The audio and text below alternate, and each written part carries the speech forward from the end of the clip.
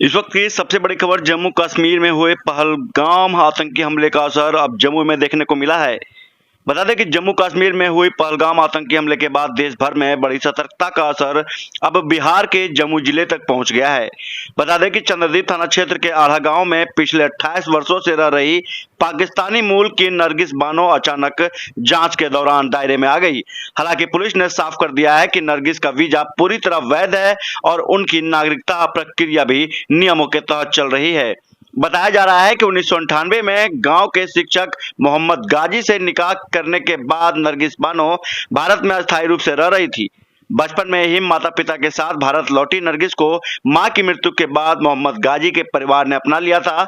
अब उनके 4 बच्चे हैं, जिनमें से एक बेटी की शादी भी हो चुकी है। नरगिस बानो 1999 से लॉन्ग टर्म वीजा LTV पर भारत में रह रही है।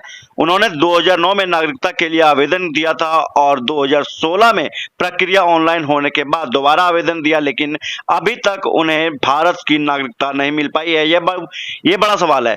हाल ही में घटना के बाद मद्देनजर जब उनके दस्तावेजों की जांच हुई तो मोहम्मद गाजी खुद जम्मू SP कार्यालय पहुंच गए। भावुक होकर उन्होंने कहा, अगर सरकार को जरा भी आपत्ति होगी तो हम खुद अपनी पत्नी को पाकिस्तान भेज देंगे, पर सोचता हूं कि इन बच्चों का क्या होगा। उन्होंने आतंकवाद की कड़ी निंदा करते हुए आतंकियों का कोई धर्म नहीं होता कहा है। पहलगाम की घटना इंसानियत के खिलाफ है और हम भारत के कानून का पालन करते हैं और जो आदेश मिलेगा उसका निश्चित पालन करेंगे। इधर जम्मू SP मदन कुमार आनंद ने बताया कि नरगिस बानो का वीजा वैध है और वह सरकार के निर्देशों के तहत भारत में रह सकती है।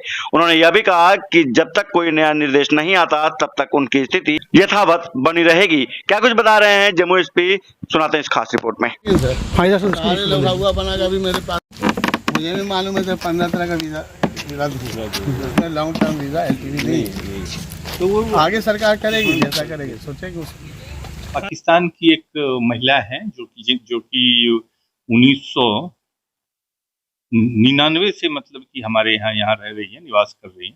उनके यहाँ लॉन्ग टर्म वीजा है उसका। तो सरकार का जो आदेश है, MHA का जो गाइडलाइंस हम लोगों को प्राप्त हुआ है, उसमें डिप्लोमेटिक और ऑफिशियल वीजा अगर है या लॉन्ग टर्म वीजा है तो उनको नया वीजा जो है अलॉट किया जाएगा। वो मतलब कि रह सकते हैं यहाँ पर। मतलब उन्हें अभी जाने की जरूरत नहीं। और भी कोई आइडेंटिफाई हुआ है क्या? नहीं, मेरे पास केवल एक ही महिला जो है कि LTV पर निवास कर रही है। और क्या कहा?